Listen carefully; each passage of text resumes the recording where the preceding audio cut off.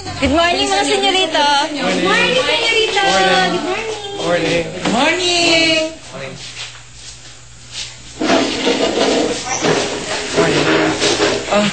Nasaan sila? Pinatawag ko na po ang mami ninyo at ang mga kapatid ninyo. Busog pa daw sila. Mauna na lang daw po kayo mag-almusal. Senyorita, try this. Yung kape. You kape, also.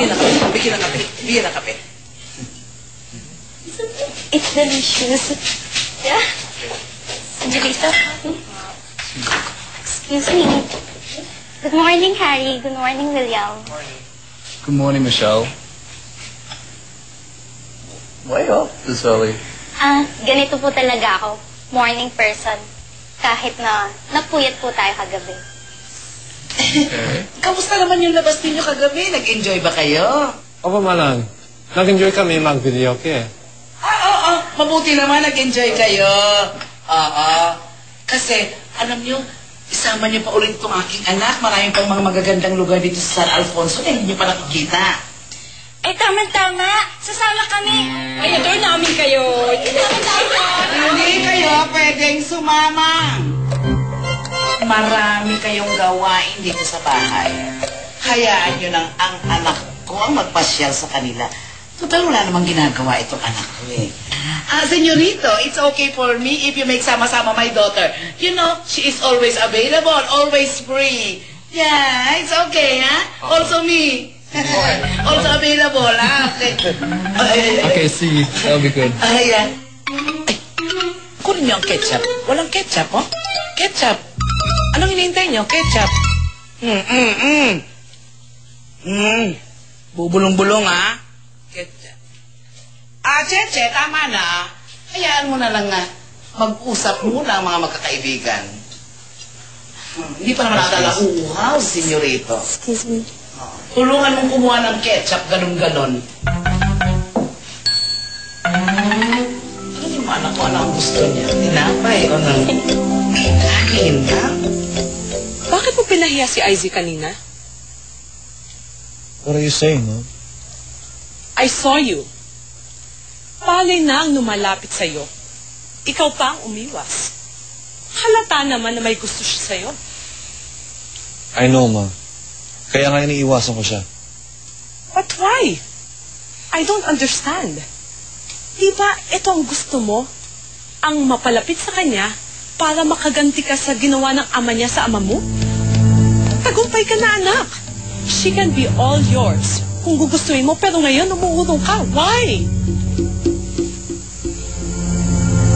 Because I realized na mahirap pala pailigan isang babae na hindi po naman.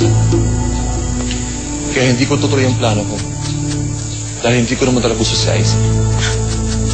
Pero Philip, malaki ang matutulong sa atin ito kung magkakatuluyan kayo. Just think, here's your head. Alam mo, maraming naiwan na businesses si Robert, and these can be all yours kung pakakasalan mo si Izzy. Ma, sinabi ko na sa inyo. Hindi ko natutuloy yung plano ko. Hindi ko pala kaya yun. Teka, may kinalaman ba dito ang babaeng tumulong sa'yo?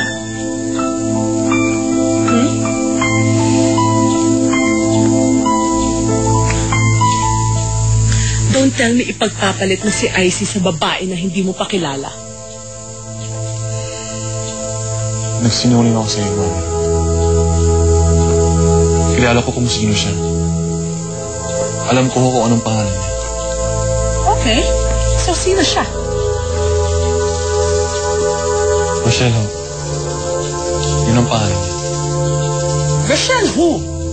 Kilala ko ba siya? Do I know her? Hindi mo siya kilala, Ma. At mas mabuting huwag niyo na lang munang malaman kung sino siya. Dahil ayokong husgahan niyo agad siya. Pero aaminin ko, siya ho ang dahilan kung bakit ayokong tuloy plano ko kay Izzy. I'm sorry, Ma. Pero kung may babae man ako papakasalan, gusto ko yung mahal ko na.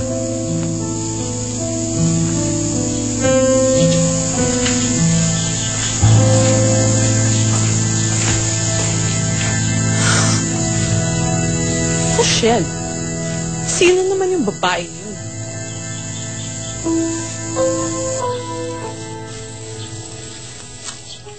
Nano, si Senyoreto Arthur nakakahalata na sa emo? Oo, kasi yun ang kutob ko eh. Kasi kung ano-ano yung mga pinagsasabi niya sa akin kanina, parang may idea na siya kung sino ako. Hindi, kaya napapraning ka lang? Hindi. Alam niya eh, nakakahalata na siya eh. Anong nahahalata? Anong alam na? Nay,